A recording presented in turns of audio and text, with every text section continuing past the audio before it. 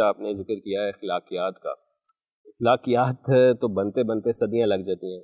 آپ کے خیال میں اس قوم کی اخلاقیات کو ٹھیک کرنے کے لیے کیا سلوشن؟ یہ 2 ٹیئر ہے اور اس کا آغاز جو ہے ایجوکیشن سے ہوتا ہے، اور پاکستان کے اندر ایجوکیشن مہیا کرنے والے 2 بنیادی طبقات ہیں.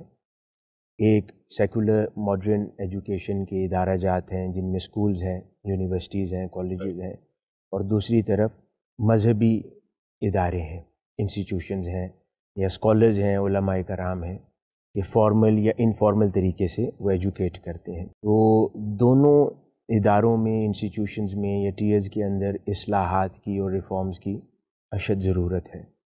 یونیورسٹیز اور کالجز کی بات کریں تو یہاں پر 2 طرح کے مسائل ہیں، کیونکہ ینگسٹرز کے اندر اور یوتھ میں، طلبہ طالبات کے اندر بے مقصدیت پچھلے کچھ سالوں میں پیدا ہو گئی ہے.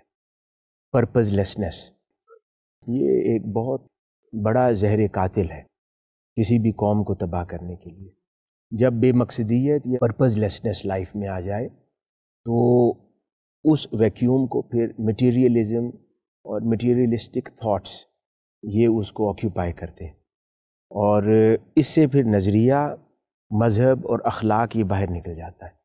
کیونکہ پھر اس مٹیریلسٹک آبجیکٹیوز کو اچیو کرنے کے لیے انسان کے لیے کوئی حدود و قیود نہیں ہے.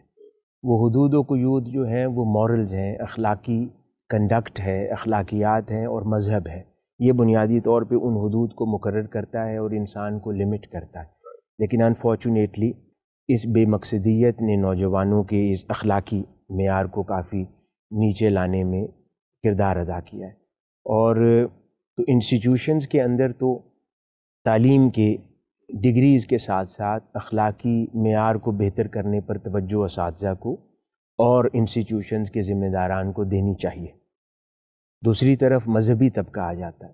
انفارچونیٹلی پہلے ہی نوجوان، طلبہ طالبات اور یوتھ جو ہے وہ متنفر ہے، مایوس ہے اور بے مقصدیت کا شکار ہے.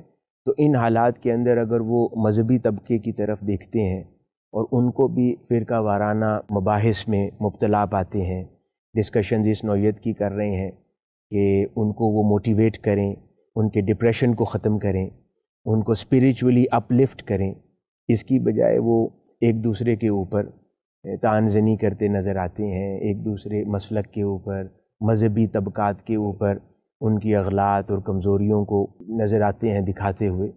تو اس سے وہ دروازہ بھی یوتھ پر کہیں نہ کہیں بند ہو جاتا ہے، جس سے پھر ان کے پاس ڈپریشن میں جانے کے، مایوسی یا بغاوت کے تو کوئی اور مواقع یا دروازے نہیں بچتے. تو اس لیے میں سمجھتا ہوں کہ یہ جو ایجوکیشن ہے یہ بہت ضروری عمل ہے. دونوں طبقات کو اپنی ذمہ داریوں کو سمجھنا چاہیے، اور اگر گورننس کا ایریا مضبوط ہو، میں سمجھتا ہوں یہ دونوں ایریاز اچھے طریقے سے ریگولیٹ ہو سکتے ہیں، جیسے ملیشیا اور کئی اور اقوام کے اندر ریگولیٹڈ ہے.